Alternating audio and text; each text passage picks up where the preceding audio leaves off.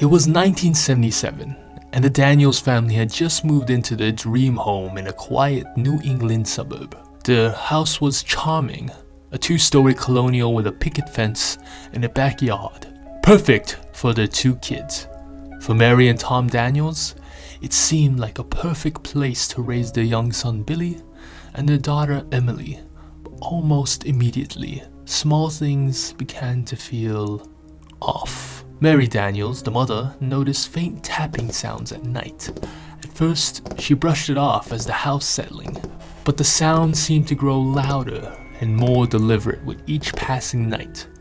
Her husband Tom dismissed the concerns. "Old houses make noises," he said, barely looking up from his newspaper. One evening, their 6-year-old son Billy ran downstairs, clutching a small note in his hands. His face was pale. His lips quivered. "Mom," he whispered, "someone left this under my pillow." Mary unfolded the note with trembling fingers. Scrawled and jagged, uneven writing were the words, "I'm watching you." Tom laughed it off, insisting it was a prank by one of the neighborhood kids who had sneaked into their house. But Mary couldn't shake the uneasy feeling of creeping over her. That night, she double-checked the locks on all the doors and windows, pulling the curtains tightly closed as if to shut out any unseen eyes. A week later, Mary was doing laundry in the basement when she noticed something odd. One of the vent covers along with the baseboard was slightly ajar. She leaned closer, peering into the dark space behind it. At first, all she saw was dust and cobwebs, but her eyes adjusted and her breath caught in her throat. Behind the vent, she saw a small mattress, crumpled as if recently used. Around it were candy wrappers, empty soda cans, and scraps of paper with crude drawings on them. The drawings were of stick figures: a man, a woman, a boy, and a girl, standing in front of a house. Their house.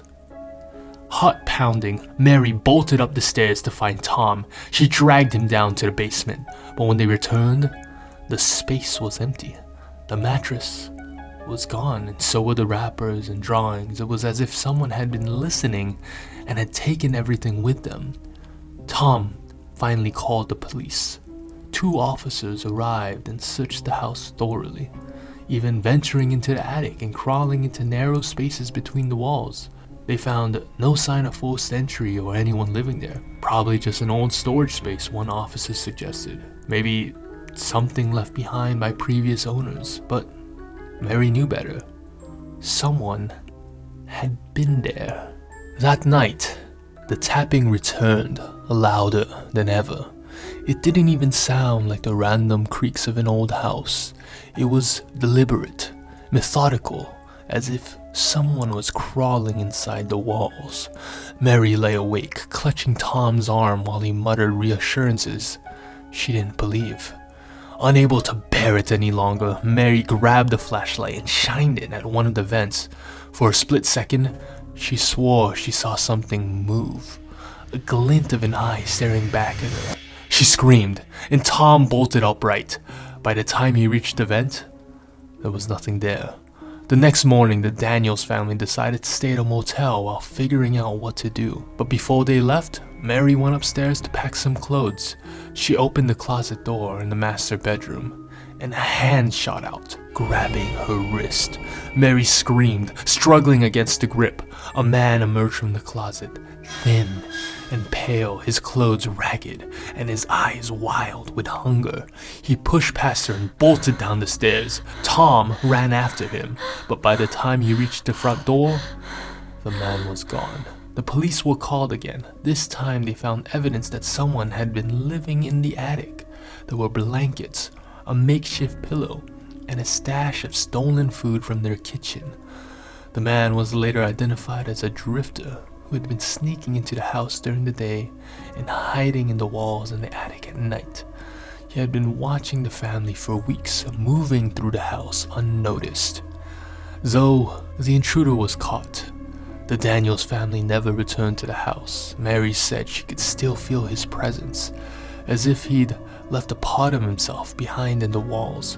The children had nightmares for months, and even Tom, who had tried to be the voice of reason, admitted that he couldn't shake the feeling of being watched.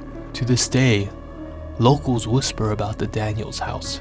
Some say they still hear tapping in the walls late at night. Others believe the intruder wasn't working alone. Perhaps someone or something still lurks in the shadows, waiting for the next unsuspecting family to move in.